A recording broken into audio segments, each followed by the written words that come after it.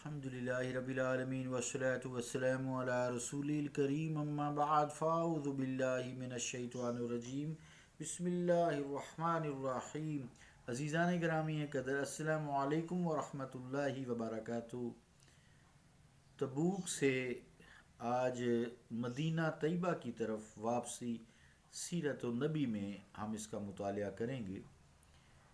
عزیزان گرامی قدر، اس سفر تبوک میں حضور علیہ السلام نے اپنے امتیوں کو ایک نصیحت کرتے ہوئے فرمایا، وَإِذَا وَقَعَ الطَّاعُونُ بِأَرْضٍ وَأَنْتُمْ فِيهَا فَلَا تَخْرُجُوا مِنْهَا وَإِذَا كُنْتُمْ بِغَيْرِهَا فَلَا تَقْدَمُوا إِلَيْهَا۔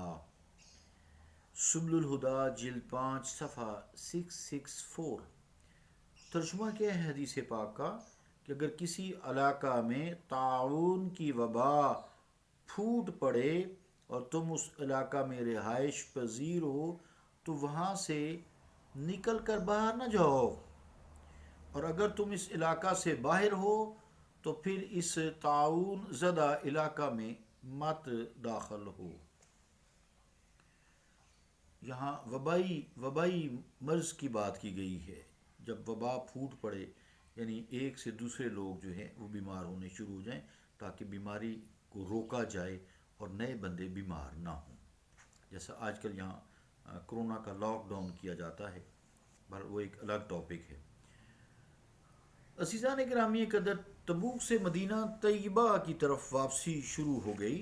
جب رسول کریم صلی اللہ علیہ وآلہ وسلم نے تبوک سے واپسی کا ارادہ فرمایا تو پھر اشیاء خوردنی کی قلت کے باعث مجاہدین فاقہ کشی میں مبتلا تھے، ان کی صحت دن بدن کمزور ہوتی جا رہی تھی۔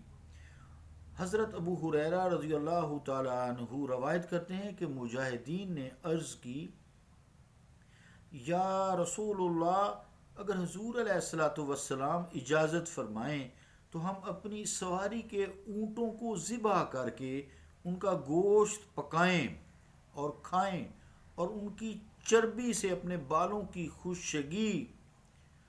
خشکی یہ دور کریں۔ اجازت لینے کے بعد لوگ جب واپس آ رہے تھے تو راستہ میں ان کی ملاقات حضرت فاروق اعظم رضی اللہ تعالیٰ عنہ سے ہو گئی۔ آپ نے انہیں اونٹ ذبح کرنے سے روکا، پھر بارگاہ نبوت صلی اللہ علیہ وآلہ وسلم میں حاضر ہوئے۔ اس وقت نبی کریم صلی اللہ علیہ وآلہ وسلم اپنے خیمہ میں تشریف فرما تھے۔ آپ نے عرض کی، یا رسول اللہ، کیا حضور نے لوگوں کو اپنی سواری کے جانور ذبح کرنے کی اجازت مرحمت دی ہے؟ حضور علیہ السلام نے فرمایا، انہوں نے میرے سامنے فاقہ کشی کی شکایت کی تو میں نے انہیں اونٹ ذبح کرنے کی اجازت دے دی۔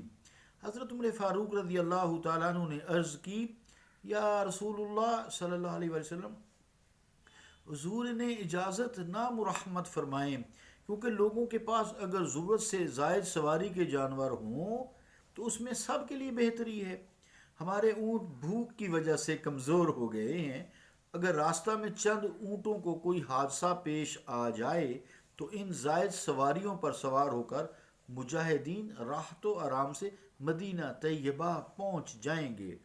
دوبارہ حضرت عمر فاروق رضی اللہ تعالیٰ عنہ نے عرض کی، یا رسول اللہ صلی اللہ علیہ وسلم، مجاہدین کو حکم دیں کہ اشیاء خوردنی میں سے ان کے پاس تھوڑا بہت جتنا بھی ہے وہ لے آئیں، حضور اس پر برکت کی دعا فرما دیں۔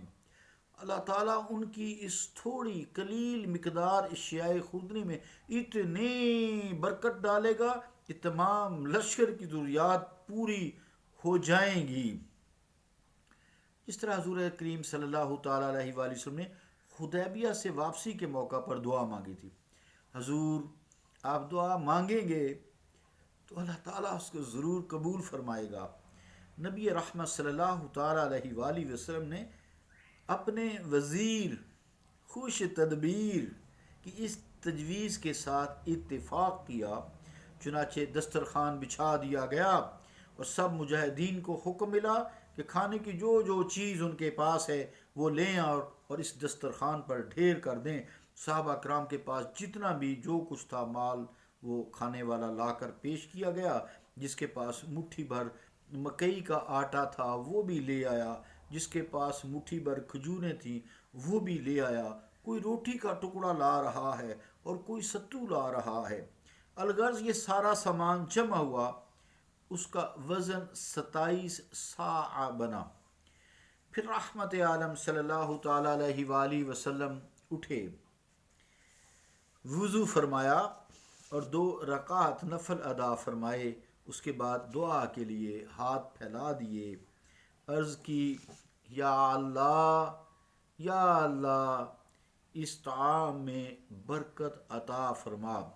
حضرت عمر فاروق رضی اللہ تعالیٰ عنہ فرماتے ہیں کہ حضور ان کے ساتھ بیٹھ گئے اور سب کو اذن دیا کہ آؤ اور جتنا جی چاہے یہاں سے لے جاؤ، لیکن لوٹ کھسوٹ سے اعتراض کرنا۔ چنانچہ مجاہدین بوریاں، تھیلے، بلکہ اپنی قمیص کے دامن، جھولی جسے کہتے ہیں، جو چیز ملتی تھی بھر بھر کر لے جانے لگے۔ لشکر میں کوئی ایسا برتن نہ رہا جس کو انہوں نے اجناس خوردنی سے بھر نہ لیا ہو، سب نے خوب پیٹ بھر کر نوش بھی فرمایا اور کافی بچ بھی گیا۔ ایک صحابی کہتے ہیں کہ میں نے روٹی کا ایک ٹکڑا اس دسترخوان پر رکھا اور ایک مٹھی بھر کھجور رکھی، وہ سارا دسترخوان بھر گیا۔ پھر میں 2 بوریاں لے آیا، ایک کو ستو سے بھر لیا اور دوسری کو روٹیوں سے، اور چادر میں آٹا باندھ لیا۔ اس طرح میں نے جو کچھ لیا مدینہ طیبہ واپس پہنچنے تک میں اسے کھاتا رہا اور وہ ختم نہیں ہوا۔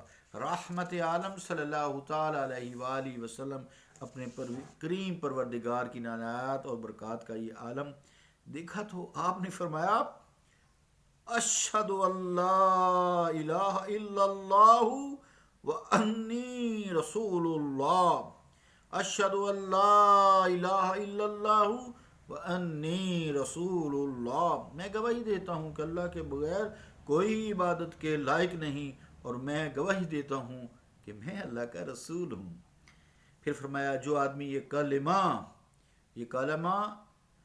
یقین کے ساتھ پڑھے، کون سا کلمہ؟ اشہد ان لا الہ الا اللہ، گواہی دے، واشہد ان محمدًا عبدہ ورسولہ، یہ گواہی دے، اس کو جنت سے نہیں روکا جائے گا۔ حضرت جابر بن عبداللہ رضی اللہ تعالیٰ عنہ فرماتے ہیں کہ نبی کریم صلی اللہ علیہ وآلہ وسلم نے تبوک میں 20 شب قیام فرمایا اور نماز قصر ادا فرماتے رہے۔